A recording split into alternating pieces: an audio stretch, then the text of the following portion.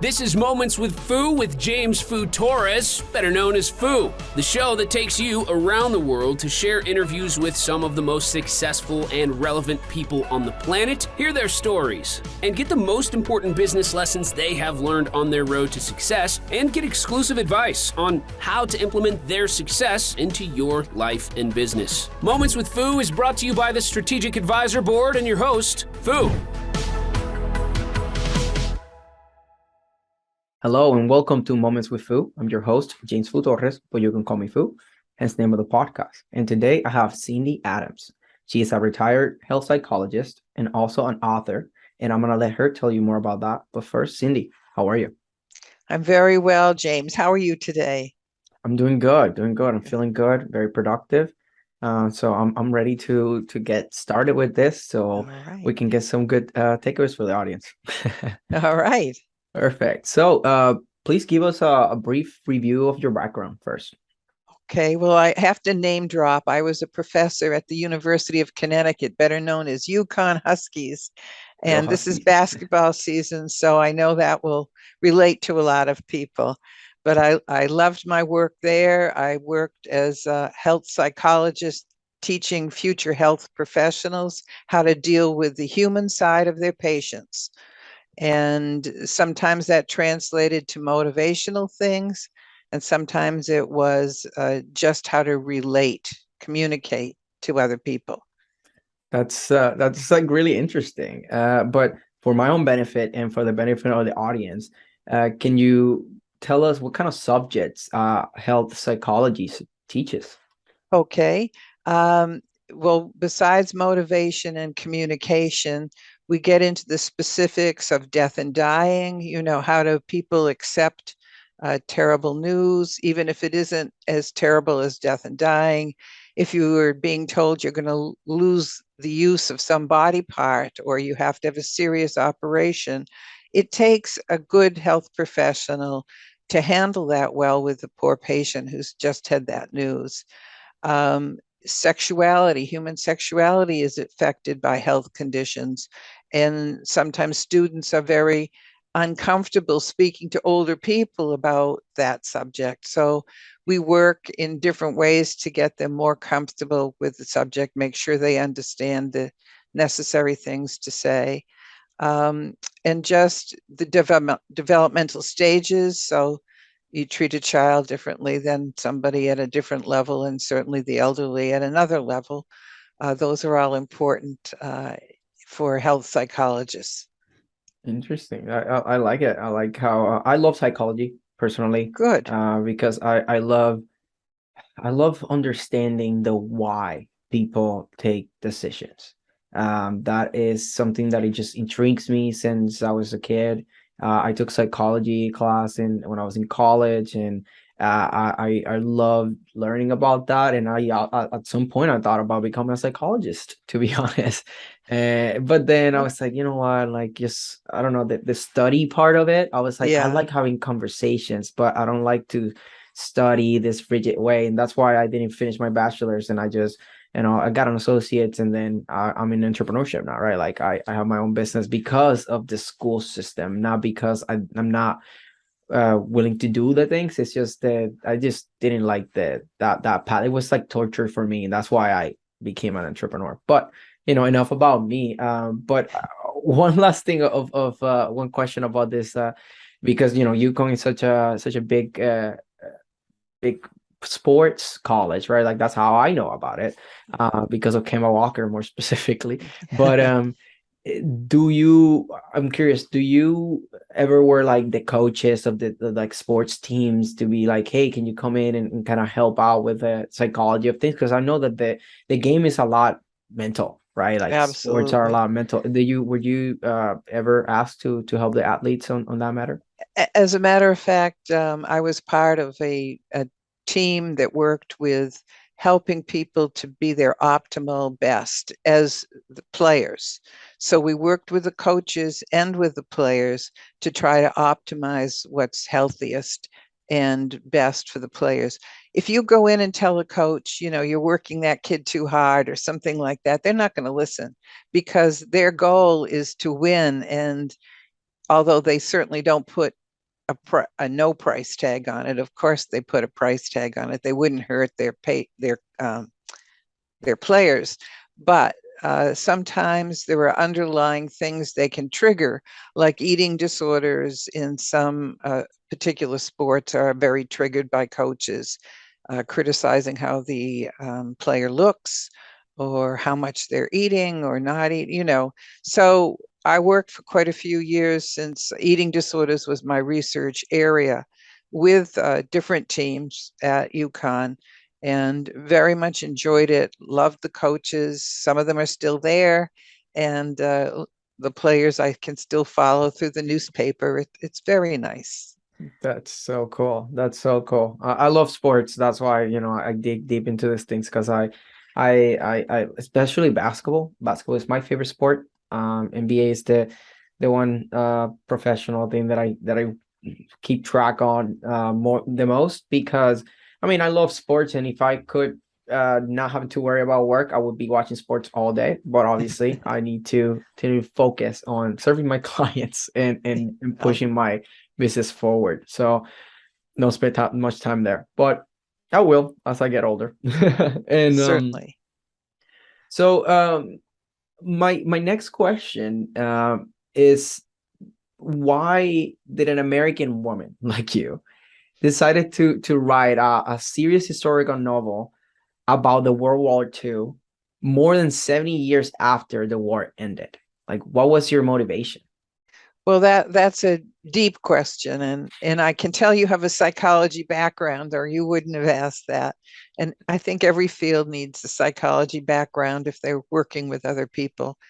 My background also involves my origins, and my mother was in fact a war bride from World War II that in Rome, Italy, met my dad, an American GI, and got married after 3 weeks over there in Italy, and came back when she could with the war brides to New England.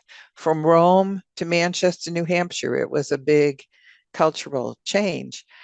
But coincidentally, my mother-in-law is also a war bride, and she is from the small country known as Slovenia, which was right under Austria and was part of Austria-Hungary when she was born.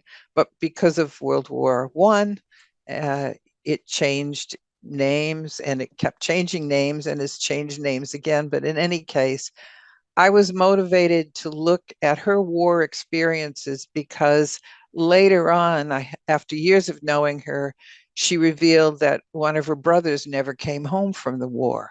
And I thought that was very interesting. She didn't want to say too much about it, but with the family that remains, I was able to find out a lot of answers to the question, what happened to 6 kids who are all becoming of age as the war starts, and they're wanting to start careers, find husbands, find wives, set themselves up, and their country is torn apart by war, a war that they really had nothing to do with, but are caught in the middle.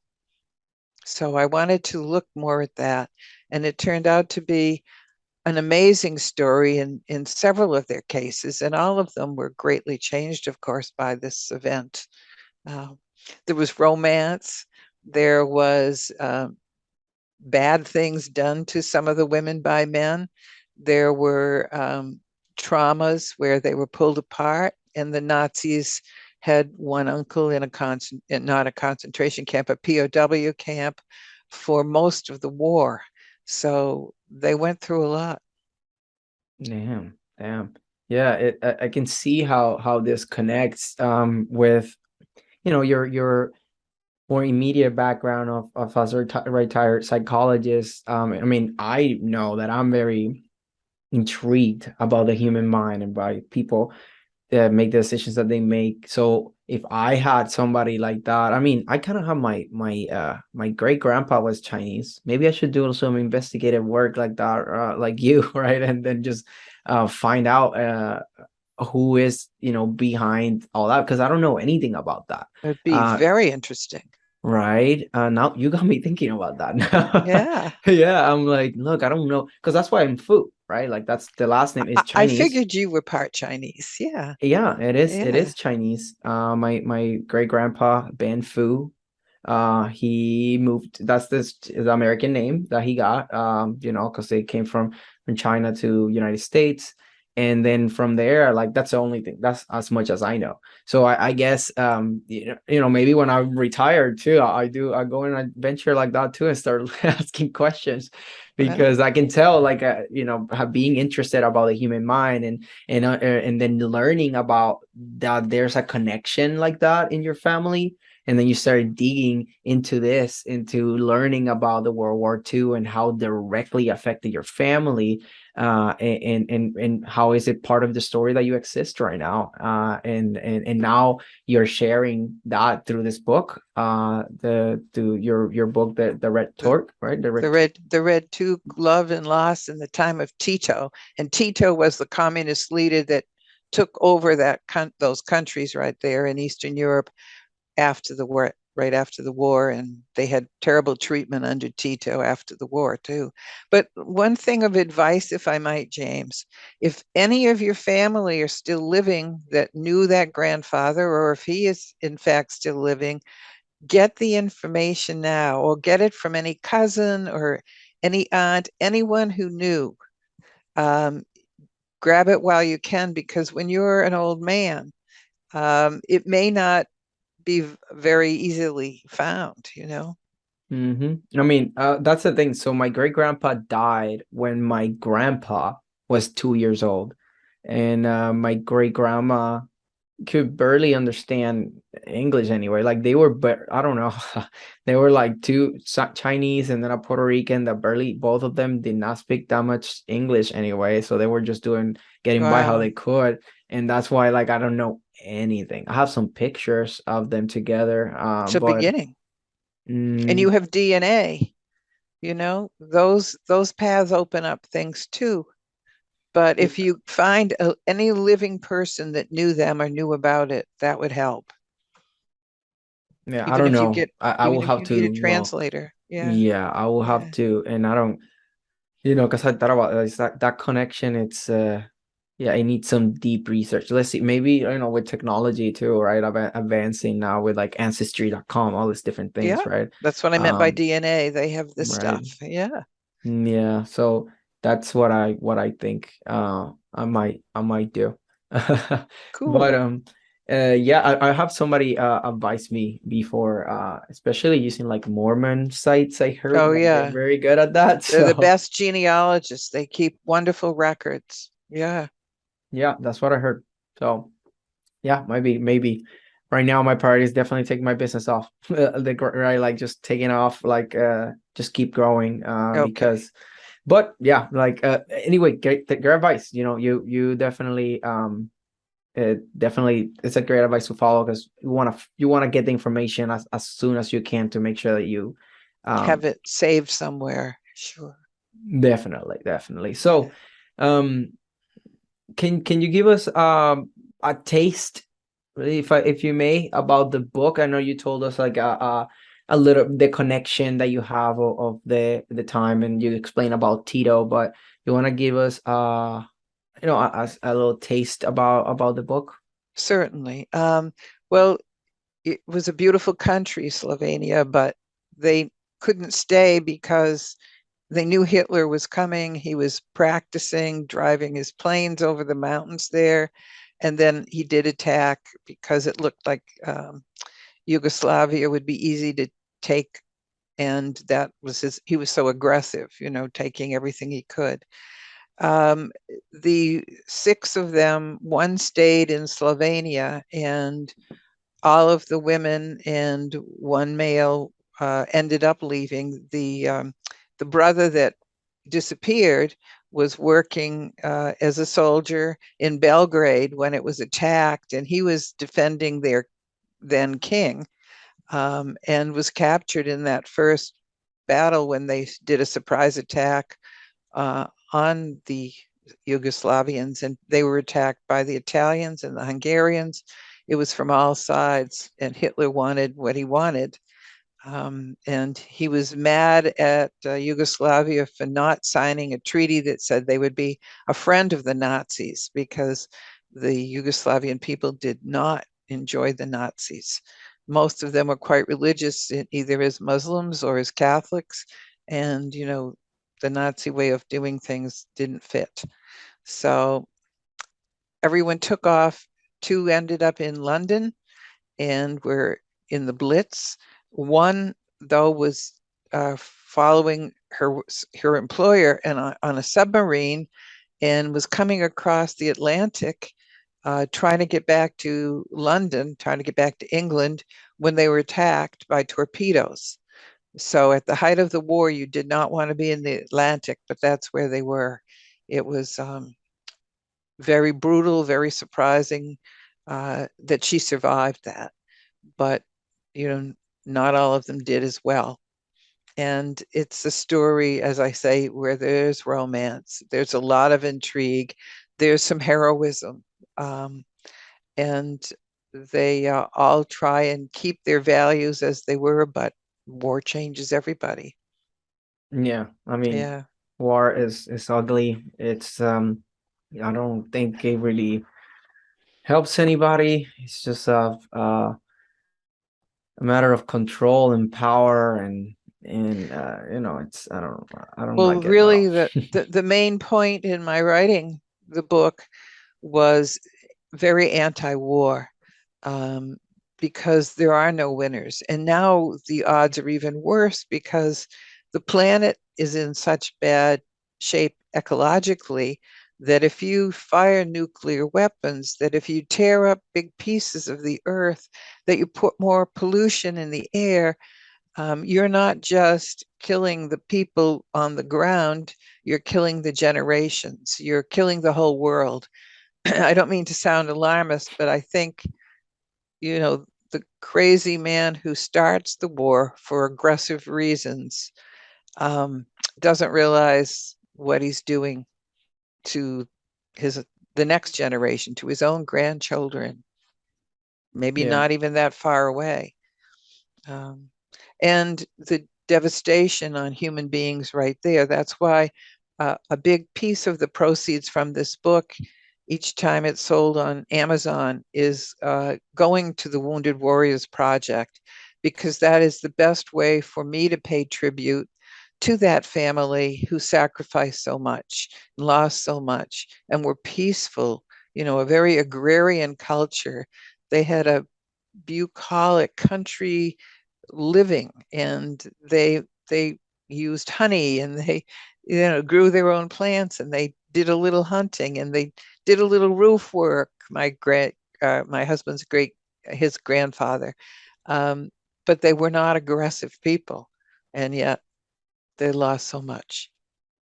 Yeah, that's the thing about war. It's just not good. And it's good that you are promoting a book like this, especially when the times now that like Russia and being at the verge of a war, and not just with Ukraine, but if I think they bomb and kill some accidentally in a NATO country recently Well, too, right? Poland lost two people by a bomb that went either astray. It might have been deflected by Ukrainian fire, but the Russians were firing on the Ukraine, or they wouldn't have had to defend themselves.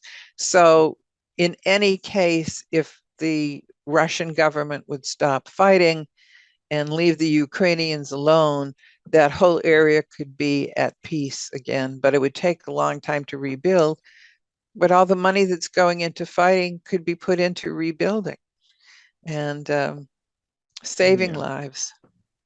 Yeah, yeah, I completely agree. And you know what they say that well that one that doesn't know their history, They're meant to doomed to repeat it, right? repeat They're it. doomed to Yeah. repeat it. So when people don't know their history, they just like it's just because of just human nature, and the thing that makes us different than animals is that we learn from our mistakes, and we have Hopefully. conscience, we Yeah. communicate, we have all these things that we are more advanced, right, than animals. But sometimes it seems like we're still not much different. We're just like chaos. But it's good to have this to push a story like this to help people remember or to just learn, right? A lot of people they were born or younger or even older that don't remember a lot of the time, the war times.